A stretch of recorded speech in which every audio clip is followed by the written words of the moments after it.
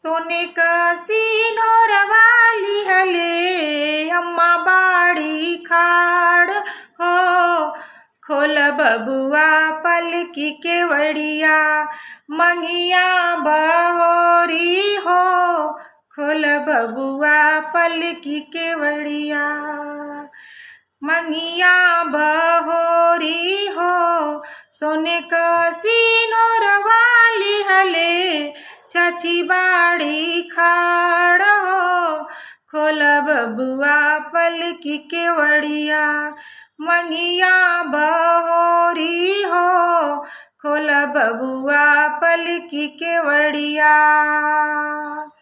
कैसे के खोली अम्मा पलकी के वड़िया हो। सासू जी के धिया धैली मोर दहिन बहिया हो। सासू जी के धिया धैली कैसे के खोली चाची पलकी के वड़िया हो। सासू जी के धिया धैली मोरे दहिन बहिया हो।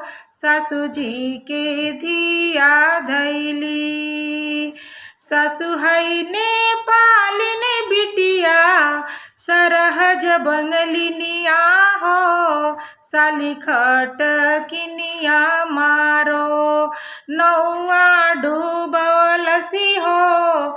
साली खट किनिया मारो नमवा डूबवलसी हो।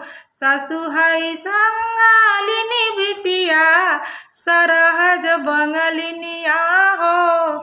साली खट किनिया मारो नौआ डूबवलसी हो।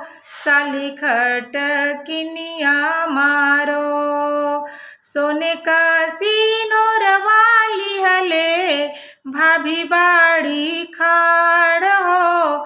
खोल बबुआ पलकी के वड़िया मंगिया बहोरी हो।